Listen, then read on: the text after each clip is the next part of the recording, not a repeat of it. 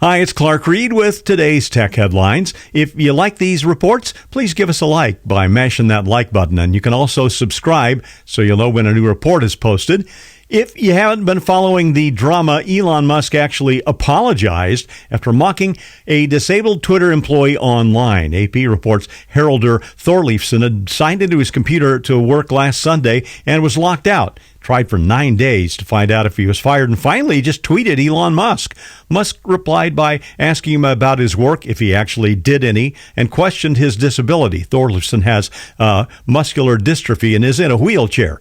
He'd come to Twitter when they bought his company for a substantial amount a few years ago. And Musk said the reason the ex-employee tweeted him was to get a big payout. Well, in fact, Thorleifsson's contract calls for $100 million if he's terminated. Now, after some attorneys, no doubt, warned Musk to apologize publicly, he did so.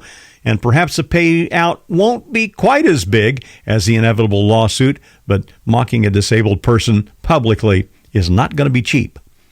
Twitch has posted addressing explicit deepfake content in an effort to clean up the platform. According to Verge.com, it states that synthetic, non-consensual, exploitive images will not be tolerated. The post goes on to say that even a brief, unintentional glimpse of these sorts of images will, quote, be removed and will result in an enforcement, the company writes. If you intentionally promote, create, or share deepfake porn, that's ground for an insta-ban and can result in an indefinite suspension on the first offense. Twitch has been kind of late to the party on this, but it's a welcome move. Comes after a streamer left a browser window open on his stream January 30th that showed the faces of other popular Twitch streamers' faces grafted onto the bodies of naked women. Well, the streamer, Brandon Ewing, posted a tearful apology, but the outrage was finally enough to get Twitch to move on to putting in the Insta-ban.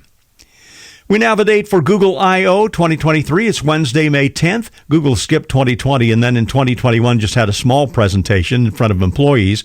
Last year, the company put out the usual concert venue-size production, and this year it'll be for a limited live audience and take place at Shoreline Amphitheater in Mountain View, California. Registration is open. It's free again. Google says they'll make the agenda and program available closer to the date of the show.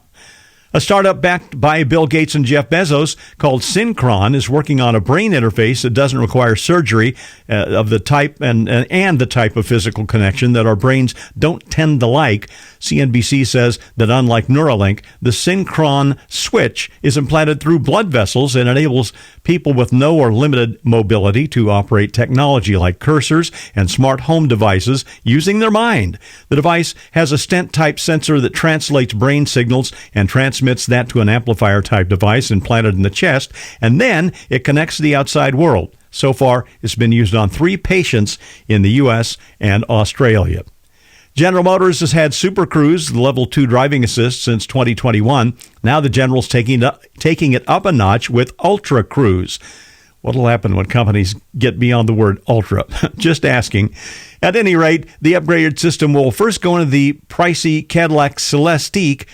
Super Cruise works on about 400,000 miles of U.S. and Canadian highways. The Ultra system, which uses LiDAR, radar, GPS, and cameras, will be able to drive hands-free on some 3.4 million miles of roadways. Nearly every paved road, city street, suburban street, subdivision, and rural road, in addition to the highways on today's Super Cruise. It's notable that Ultra Cruise is still Level 2. It's not a Level 3 system. So far, only Mercedes has gotten a Level 3 system approved. If you want to be the first on your block to have one, order one of those Cadillacs and have a cool $300,000 on hand. I'm Clark Reid, and you're technified for now.